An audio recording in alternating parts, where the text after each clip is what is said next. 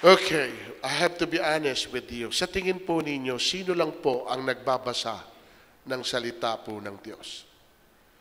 Sino lang ang nakikinig ng salita po niya? At sino lang po ang tumutupad dito? Baka iilan lang po. Amen po ba? Kasi hindi naman po lahat ay interesado dito. Second, hindi lahat ay may oras para dito. At pangatlo, hindi lahat ito ang gusto. Am I right? Ang hindi po alam ng marami na hindi ang salita niya ang atin pong binabaliwala at tinatanggihan, kundi mismong siya na nagsasalita nito. Walang iba kundi ang atin pong Panginoon. So, church, make sure you came here for two reasons. One is for the Lord, and second is for His Word. Tama po ba? Ask me why. Kasi yan po ang title ng message po natin ngayon pong umaga na pinamagatan ko pong Si Lord, Si Word. Si Word, Si Lord. Kita nyo? Hindi ho pwedeng mamili po kayo ng isa at isa-set aside nyo isa. Kasi pwede nyo sabihin sa akin, naparito ako para kay Lord, pero not for His Word. We cannot separate the two. Bakit ko po ito nasabi, mga kapatid? Here is our text. In the beginning was the Word, and the Word was with God. And the Word was God.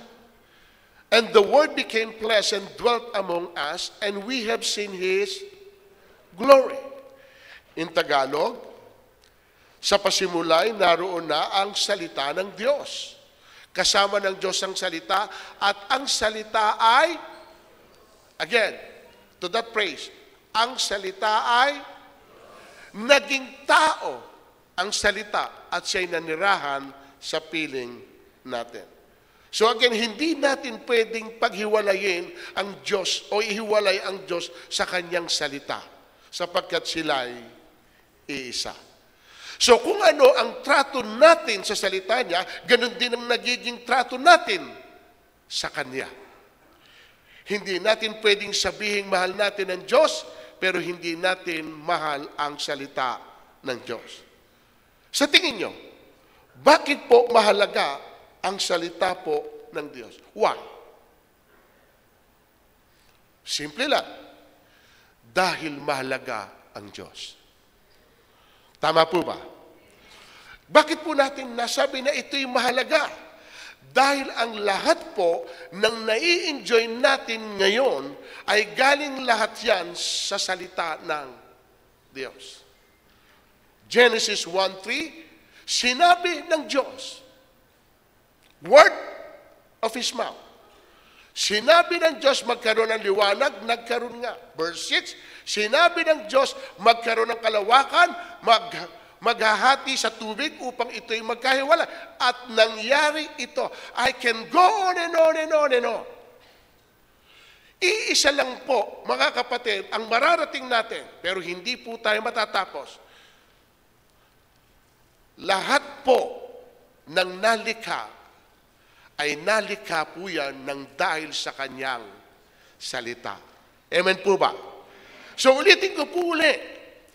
Meaning, lahat po ng na-enjoy natin noon pa at sa ngayon, lahat ng tinatamasan natin hanggang ngayon, galing lahat yan sa salita po ng ating Panginoon. Kaya mali na iparamdam natin sa Diyos na hindi tayo interesado sa Kanyang Word. Mali na maramdaman niya na wala tayong oras para dito. At lalong masakit sa Kanya na yung salita niya ay hindi natin gusto. Why am I saying this? A good example para po, kayo na rin ang sumagot. Wag na po ako. Do you have a devotion? Do you have a quiet time? Meron po ba tayong mga kapatid na Bible study na inaatinan? Mostly, dito lang po tayo nare-repress ng salita ng Diyos every Sunday. Pero sa iba, wala na. So doon pa lang po ay malinaw na hindi po importante sa ibang Kristiyano ang salita ng Diyos. Sapagkat kung mahalaga sa kanila ang salita ng Diyos, hindi sila papayag na sa araw na lilipas o sa oras na lilipas, hindi po nila makakaniig o mararanasan ang kapangyarihan ng salita po ng atin pong Panginoon. Sa Isaiah 55:11, gayon din naman ang mga salita na lumalabas sa aking bibig, says the Lord. Ang mga ito'y hindi babalik sa akin na walang katuturan. Tutuparin ito ang aking mga balak at gagawin ito ang aking ninanais. Ibig sabihin ito, mga kapatid, kapag ang salita ng Diyos ay sinabi na niya, hindi na po ito babalik sa Kanya na hindi ma-accomplish yung purpose kung bakit po niya ito sinabi. Amen po. Tingnan po niyo yung word na ginamit doon. Tutuparin ito ang aking balak. Gagawin ito ang aking ninanais. So, hindi pwedeng hindi mangyari yung kanyang sinabi. Kaya kapag yung salita ng Panginoon na narinig mo at tinanggap mo yung salita ng Diyos na narinig mo, hindi ho pwedeng hindi niya i-accomplish yung purpose kung bakit po ito ipinarinig sa iyo. Sapagkat yung salita niya na binitawan ay hindi na po babalik sa kanya na hindi po nagkaroon ng kabuluhan. At paano niya makikita ang may kabuluhan? Dahil makikita niya dun sa tao na tumanggap ng salita na nagmanifest sa buhay nito yung kapangyarihan ng word ng Panginoon. Amen? So, yun mga kapatid, ang tanong, pwede ba nating panghawakan ang salita ng Diyos? Pwede? Yes. Bakit natin nasabi?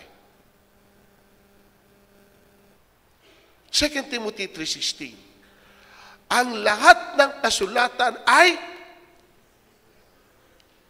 kinasihan ng Diyos. Amen. Ang lahat ng kasulatan. Yung ginagamit natin ngayon na word, lahat daw ng yun ay kinasihan ng Diyos. I-define natin kung ano ibig sabihin ng kinasihan. Punta ko sa Genesis 2:7. The Lord God took a handful of soil and made a man. God breathed life into the man, and the man started breathing. Nang hiningahan ng Diyos ang tao, ano nangyari? Nagkaroon ng buhay. Breathe. Doon po sa text na binasa ko doon sa itaas, Englishin natin sa ibaba. All Scripture is breathed out by God and profitable for teaching, for reproof, for correction, and for training in righteousness. So, ang salita rin po ng Diyos ay mayroon pong ano? Kung yung tao na kanyang hiningahan ay nagkaroon ng buhay, yung salita niya ngayon ay kanya ring hiningahan. So, therefore, yung salita niya ay meron ding buhay. Tama po ba, mga kapatid? So, dahil buhay siya, yung word na ito can produce o can reproduce. Tama po. Hindi ko pwedeng yung buhay na salita, the word of God is living and active. Tatandaan niyo po yan. So, dahil buhay ang salita ng Panginoon, hindi ko pwede na wala ho siyang pwedeng i-produce na makikita po, again, na magmamanifest sa buhay po ng mga tao na talagang pinapahalagahan yung salita po ng Panginoon. Kaya binanggit ko na napakahalaga ng salita ng Diyos sapagkat ito'y may buhay. Galing mismo saan? Sa Diyos. Now, ano layunin? Kasi kailangan maunawaan natin. Okay, there you have it. There is the word. Pero ano po yung purpose? Ano yung layunin ng salita ng Diyos? Isa-isahin natin. Based doon po sa teksto ng 2 Timothy chapter 3 verse 16. Ayan, ano layunin ng salita ng Diyos sa atin? One, nagtuturo.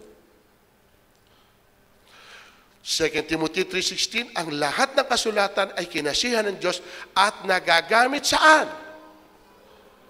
Sa pagtuturo ng, kung pure talaga na salita ng Diyos ang naituturo, hindi po tayo maliligaw. Hindi po tayo magkakamali, hindi po tayo madadaya kasi ang itinuturo niya ay katotohanan. Amen. At sa pagsunod po natin sa Diyos, ay namali tayo, naligaw tayo, o nadaya tayo. Isa lang po ang dahilan. Either hindi ang salita ng Diyos ang kanilang itinuturo, o yung mismong nagtuturo, siya mismo ang ligaw. Amen. Paano ba malalaman kung salita ng Diyos o hindi ang kanilang itinuturo?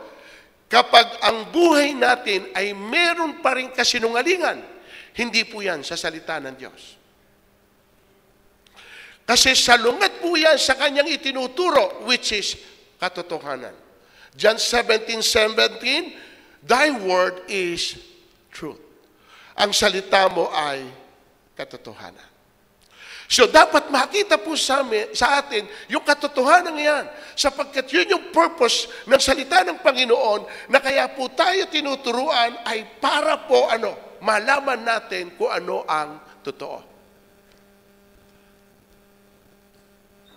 Hindi natin madidistinguish yung truth kung wala namang lies.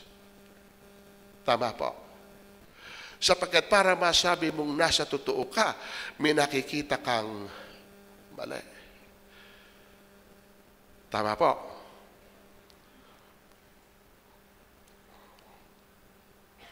Pero napakahirap turuan yung mga taong akala nila sila yung nasa truth. Pero hindi nila alam na sila pala ay nasa kamalian. Di ba? So, hindi lang nagtuturo. Ito po, nagtatama. The same text, hindi tayo alis. Ang lahat ng kasulatan ay kinasihan ng Diyos at nagagamit sa pagtatama ng maling katuruan. Pagtatama, hina-highlight ko lang po yun. Amen? Salita rin po niya ang gagamitin para maitama yung mga mali.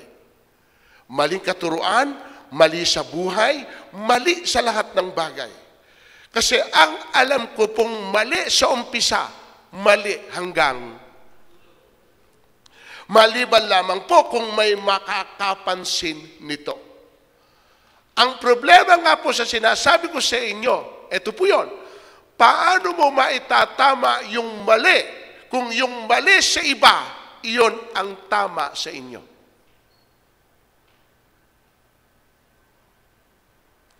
Ito ngayon ang siste. Sila na sinasabi mong mali, may sinasabi rin sa iyo. At ang sinasabi nila, kayo rin ang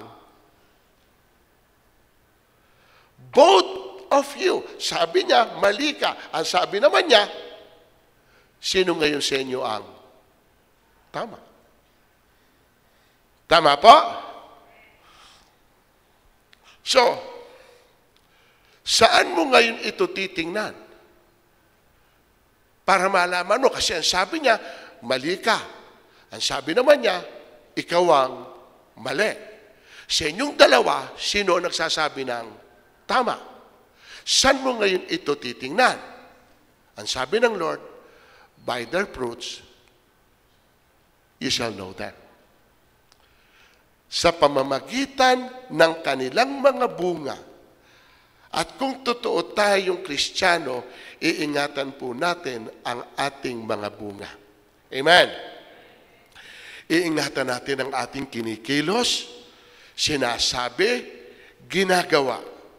Kasi diyan nila nakikita yung klase ng bunga na meron tayo. At kahit sinasabi pa nating lagi po tayong nasa church, kung hindi ka naman nagbabago sa ugali at asal mo, o hindi ka nagbabago sa ginagawa mo, doon pa lang kitang-kita na hindi na itama yung buhay mo. Hindi ko po sinasabing napakadali ng proseso rather. Pero kung yung purpose ng salita ng Panginoon at makapangyari at buhay, gaya po ng binabanggit natin, ay nagtatama, at least kahit papano, hindi man po bigla, kahit po gradually o dahan-dahan, ikaw mismo sa sarili mo ay manonotice mo, kapatid, na merong nagbabago unti-unti sa'yo. Kung hindi man ibang tao ang makapansin nito. Sana nga ibang tao ang magsabi Mare, ang laki ng pinagbago mo. Mare, hindi ka na tulad ng dati. Sila na mismo ang nakanotice ng pagbabago. Marami nang naitama sa buhay mo. At yun yung purpose, the reason why na pumaparito. Sapagkat kung kaya nating itama ang sarili natin sa mali na meron tayo sa buhay natin, then hindi natin kailangan ng anumang advice ng sino man. Bakit? Kaya kong itama sa sarili ko. The mere fact na kailangan po natin ng Diyos sapagkat yung salita niyang itong may kapangyarihan na pwedeng mag-convict sa atin. Because through that conviction, yun lang po, doon lang natin marirealize na meron palang mali sa buhay natin na dapat pong itama at dapat pong baguhin.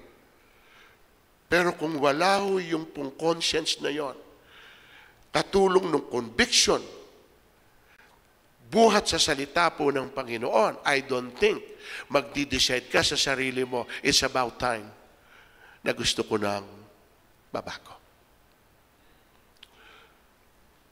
It's about time. Gusto ko nang maitama yung mga mali sa buhay ko. At sino rin na magbe-benefit nito? Walang iba kundi ikaw. Bakit?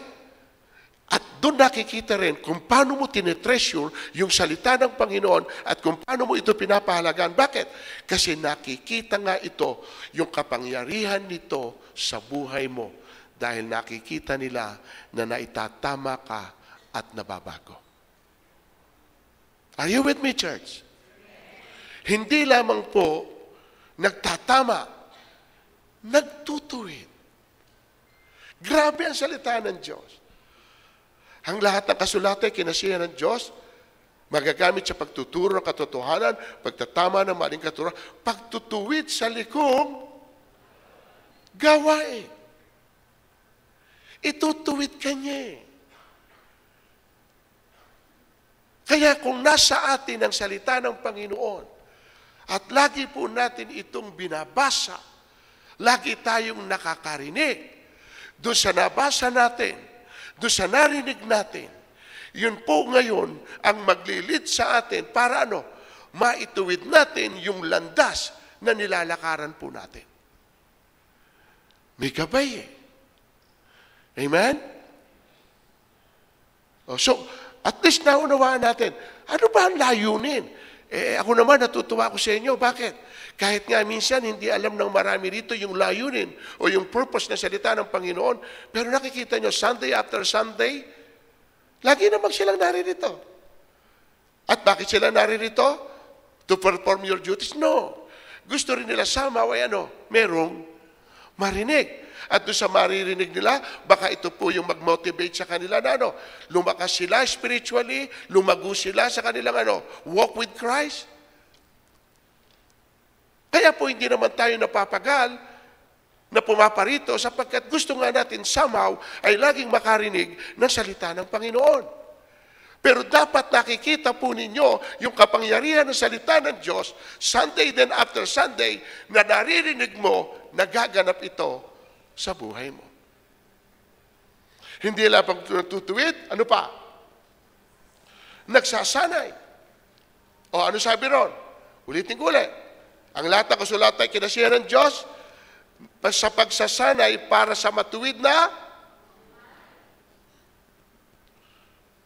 wala kayong makikita na sa salita ng Panginoon, hindi ho, kasi mostly, lahat po na ito ay always favorable saan? Sa atin. For our own goods. Amen. Para sa atin pong ikakabuti. Para po sa ating lahat. Wala kayong nakikita dyan na na para yung salita ng Panginoon ay kinasihan niya para manumbat, para manira, para i-criticize ang isang tao, para maliitin ang isang tao. Wala kayong makikita na yun ang purpose ng salita ng Panginoon. Puro uplifting, di ba? Encouraging, motivating. Hindi ho yung nagdidimin, nagkikriticize, nagmamalain. Hindi ho ganun ang purpose ng salita ng Panginoon. Nagtutuwid, nagsasanay, nagtuturo. Amen ba, mga kapatid? At higit sa lahat, ito maganda. Nagbibigay ng patnubay. At lahat tayo kailangan ng gabay. Amen. Kailangan ng patnubay. Sapagkat hindi nga natin alam, minsan sa sarili natin, nagdidesisyon tayo na akala natin yung desisyon natin yun ang tama. Without the guidance of the Holy Spirit, without the guidance of His Word, and the Lord Himself. Bakit maraming napapariwara? Gusto ba nila yon? Hindi. Bakit may mga nabigo sa kanilang mga desisyon? Gusto ba nila yon? Hindi. Bakit nangyari yon? Sapagkat wala akong guidance. They think na yung kanilang mga desisyong yun ang tama para sa kanila. Proverbs 14:12, there's a way seems right to a man, but at the end is destruction. Hindi lahat ng matuwid sa paningin mo, akala mo maayos ang dulo. Hindi lahat ng akala mo ay tama sa umpisa, ay tama hanggang sa uli. Kaya, we need guidance. Sa Biblia, sabi ron, mas masarap yung meron kang mga kasama, meron kang mga kapulungan, na nagbibigay din sa iyo ng wisdom, na nag-a-advise sa iyo time to time, sapagkat hindi laging tama ang iyong nagiging pasya. Para sa iyo, yun na yun eh. At ipipilit mo naman yung sarili mo, hindi. Alam ko ito tama. Alam ko ito makakabuti. Go ahead. Pero kailan mo nakikitang nagkamali ka sa desisyon mo? Pag nakita mo na, nire-reap mo na yung consequence ng bagay na dinesisyonan mo. Amen ba, mga kapatid? Hindi ko sinasabi namang, huwag naman kayo nang magdesisyon on your own. Pero mahalaga pa rin with the guidance of what? Di ba? Proverbs 3:5-6, trust in the Lord with all your heart and lean not on your own understanding. In all your ways acknowledge God and He will direct your paths straight. Not on your own. We need guidance. Salita mo'y isang tanglaw na sa akin ay patnubay. Sa landas kong daraanan, liwanag na. So, yan ang layunin ng salita po ng Diyos. Amen? Nagtuturo, nagtatama, nagtutuwid, nagsasanay. Okay? Kaya, nandyan din sa pamagitan ng salita, tayo'y kanyang pinapatnubayan para hindi tayo maligaw. Hindi po tayo madapa, hindi tayo matisod. Kasi meron sa ating tumatanglaw. Hindi tayo magkakamali sa landas na ating tinatahak dahil may liwanag sa ating dinaraanan. Amen? Ayan ang salita ng Panginoon. Kumpleto niyang ipinagkakaloob. Libre, walang bayad. Package. Na iyan ang maglilid sa atin ng tama. Iyan ang maghuhubog sa atin ng maging mabuting tao. Pero iyan ang hindi gusto ng maraming tao. Tanungin mo. Sama ka sa amin. Busy ako eh. Gusto ba Bible study tayo? Naku, wala akong oras dyan eh. Dami kong ginagawa eh. Ba? So ano gusto mo? Paano? Gusto prayer meeting. Gusto mo pa prayer meeting? Naku po, lalo hindi ako marunong mag-pray. Wala kang iaalok sa tao na magugustuhan niya in connection with our God. Maniwala po kayo sa akin. And all of us, mga kapatid, pwede natin sabihin ito. And we are the witness.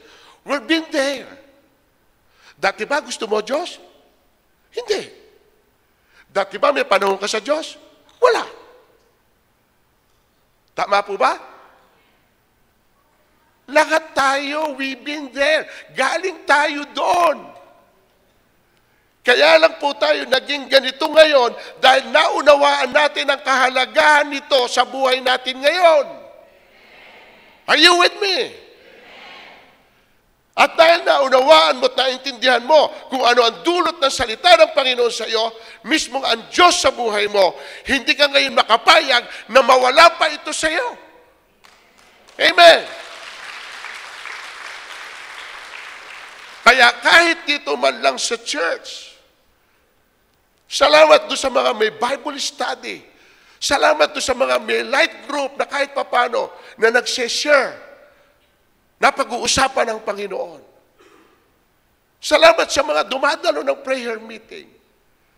Salamat na nag-uukol ng oras at panahon para sa Diyos. Pero lahat ba ay may time para doon? Wala. Be honest.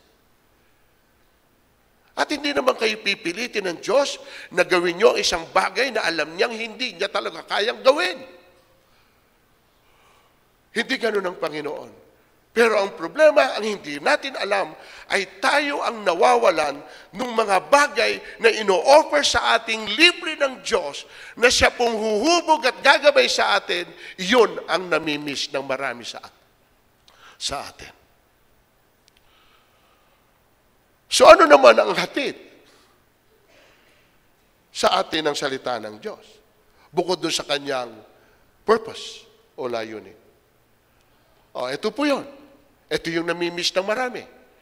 Dahil ang salita ng Diyos ang nagbibigay sa atin ng tagumpay. O ba't nasabi mo naman yan, Bishop? Joshua 1:8. Huwag mong kaligtaang basahin ang aklat.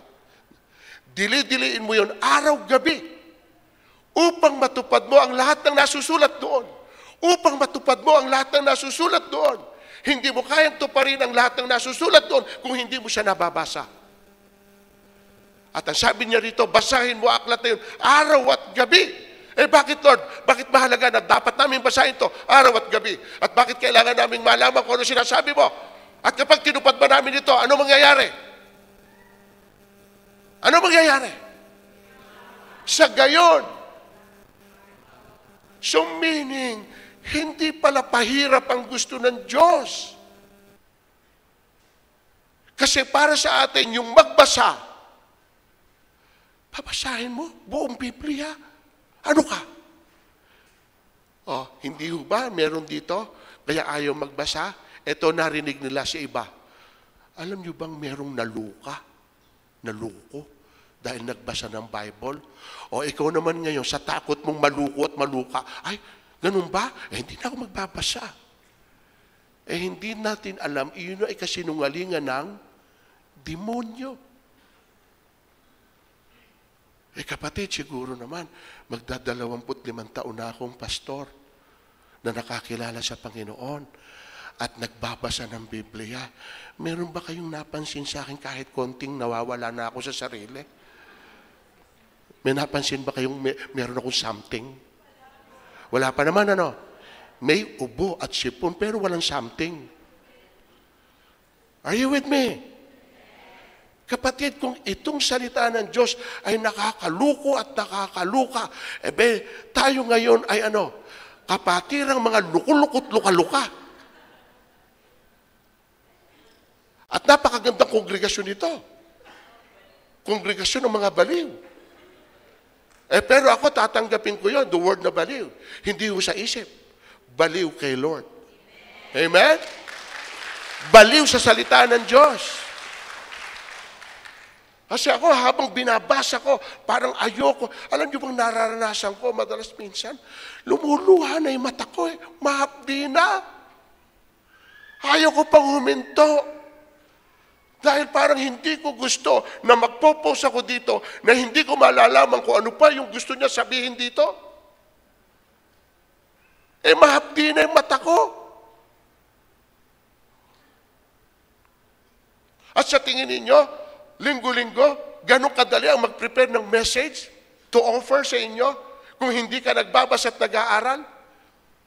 Kapatid, proud ko sabihin sa inyo, hindi ako kumukuha ng sinasabing mensahe sa lata. Na manunood ako ng YouTube, manunood ako ng ganito, kokopyahin ko yung sinabi nila. At yun ang sasabihin ko sa inyo, nasa YouTube tayo. Maraming pwedeng magsabi, oy, ginaya lang niya yung mensahe niya. No. Lahat ng sinasabi ko po sa inyo, galing po yan sa Diyos, binababa sa akin. Kaya napakasimple lang. Antayin nyo yung isang message natin.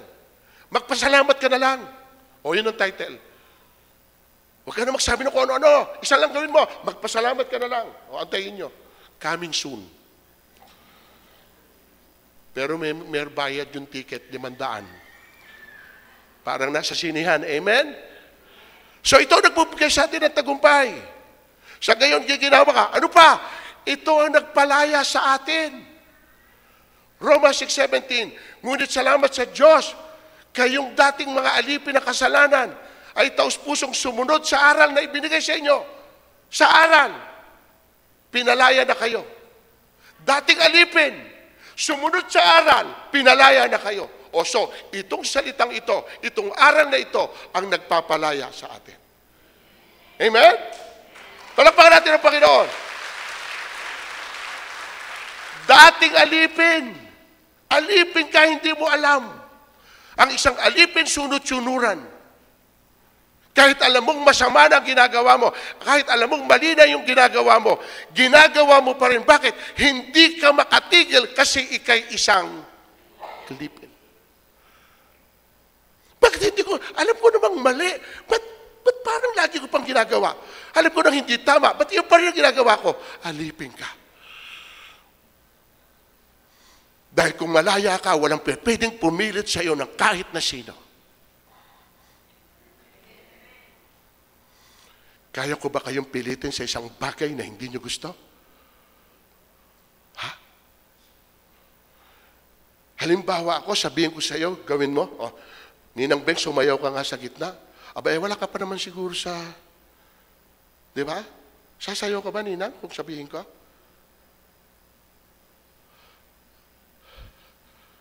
Siya pa rin ang may control. Kung ano ang gusto niya at ayaw. Tama? Pero kapag ginawa niya yon, ibig sabihin, siya'y aking alipin. Ba't sa kasalanan, hindi ho tayo makatanggi? Alam niyo dahilan? Because sin is enjoyable. Dahil kung hindi natin nai-enjoy ang sin, walang tatagal sa sin. Tama po. Ang problema, yung sin ay enjoyable ngayon, pero punishable later on. Yun ang mabigat.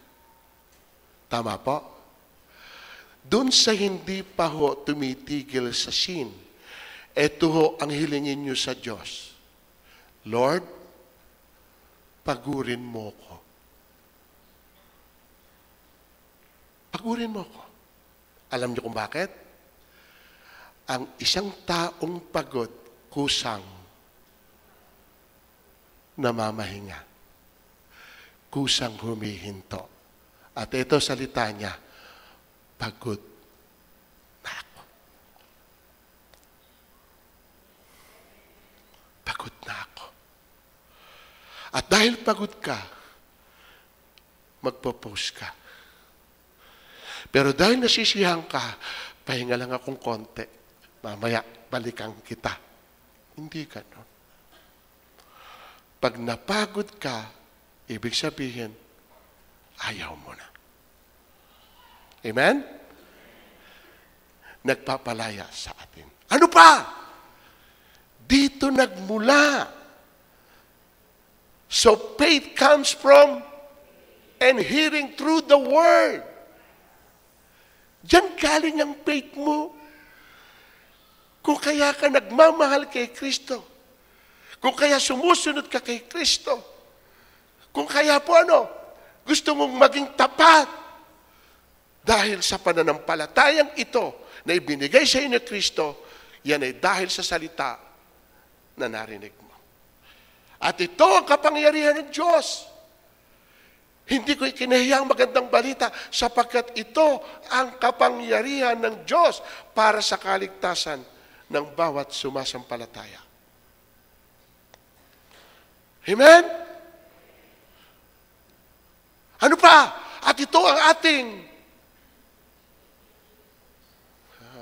nakita ko na ang ngiti sa inyong mga mukha. Tapos na kami. Mapalad, sabay-sabay nga nating basahin.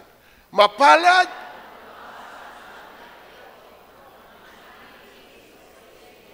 at tumutupad, sapagkat, bakit tatlo? Ulitin natin yung may highlight. Bakit tatlo? Bumabasa, nakikinig. Okay, bakit mahalaga po ito? Una, bumabasa. Bakit? Kasi hindi lahat ay at least, nakabasa ka. Tama? Bakit nakikinig? Kasi hindi lahat ay marunong o nakakabasa. At least, kaya niyang makinig. Ito po yung crucial. Bakit tumutupad? Kasi pwedeng nakakabasa ka, pero hindi mo tinutupad ang iyong nababasa. Likewise, ganun din po sa pakikinig. Pwedeng nakikinig ka, pero hindi mo rin tinutupad ang iyong naririnig. Pero anong tutuparin mo, kapatid, kung wala ka namang nabasa at narinig? So, mahalaga po yung tatlong ito para masabi na ikay mapalad dahil nangyari sa iyo itong tatlong bagay na ito. Alin? Bumasa? Okay. Sa tatlong ito, nasaan ka? Lord, Bishop, nandun pa lang ako sa bumabasa. O yung isa, Bishop, nandun pa ako lang sa nakikinig. Kaya Sunday after Sunday, narito ako. Nandun pa lang ako sa stage na yon, nakikinig. Hindi pa bumabasa. Pwedeng ganito ngayon, nakikinig ka. Pag uwi, may Bible ka. Pwede ka na magsimulang magbasa. Okay, nakakapakinig ka na, nakakabasa ka na. O, pangatlong stage. Dahil kung hindi mo tinutupad yung iyong narinig at yung binasa, walang saysay yung dalawa. Sapagkat ang culmination nung pong dalawa ay nandun po saan? Sa pagtupad. Kaya natuwa ako sa inyo nung sabihin po ni Ninong, first fruit. Kaya lang, baka ho doon sa iba, hindi nyo naintindihan ha. Pagkatapos po kasi ngayon, magbibigay na po tayo ng ating tithes and offering. Baka wala na ho tumayo sa inyo. Dahil yung pong ginawa nyo, ibinigay nyo ng lahat, pati tithes. Hindi po yung tithes and offering ang hiningi kangina. Ang hiningi kangina ay yung first fruit nyo. Ngayon pa lang tayo magbibigay ng tithes and offering natin. O eto ngayon, pagmamasdan ko kayo sa upuan nyo. Pag hindi na kayo tumayo, isa lang ibig sabihin nun, naibigay ko na. At kung naibigay mo na, eto naman ang sasabihin ko, hindi mo na unawaan. Tama po. Ulitin ko ulit. Yung first fruit, hindi na po ito mauulit. Sa susunod na po ito taon sa January uli. Pero yung ating offering and tithes, yan po ay linggo-linggo atin pong ibinibigay. Kakaintindihan po tayo? O, ba't ako napunta ron? Di pa tayo tapos sa konklusyon. O, eto noon po, yung negative side. Makinggan nyo. Mamuhay kayo, basa. Kung ito'y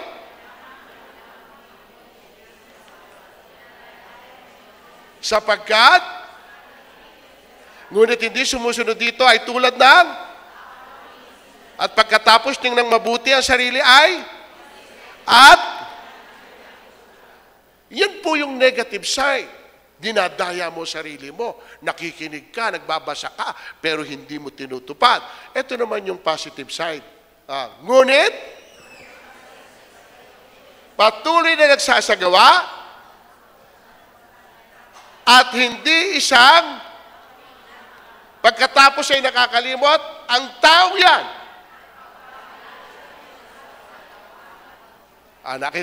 Nakita mo, pabor sa'yo? Yung hindi lang tagapakinig, kundi sabi niya, nagsasagawa, ang taong yan, ang pagpapalain ng Diyos sa lahat niyang. Grabe yung pabor. Sa lahat niyang gagawin. Ibig sabihin, walang kang gagawin na hindi niya pagpapalain. Hindi ako may sabi niyan. Ang Diyos. Kaya pala maganda tubo nung ano mo. Pinagpapala ng Lord yung kamay mo doon sa pagtatanim mo ng ano? Nung bonggabilya. O gagawin natin ano yun, mga pictorial. Pag kami magpapakasal sa inyo at kailangan nyo ng mga ano, meron tayong lugar na para pictorial. Punong-puno ng bulaklak. Amen?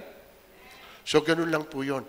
Lahat ng gagawin ng kamay mo, lahat ng sasabihin mo, baka nga sabihin ng Lord, lahat ng tutungtungan mo magiging sa'yo. Amen po? Gusto nyo ba yun? Sundin natin. Gawin natin. Tuparin natin. Yung nababasa natin at naririnig natin. Palakpakan natin ang Panginoon.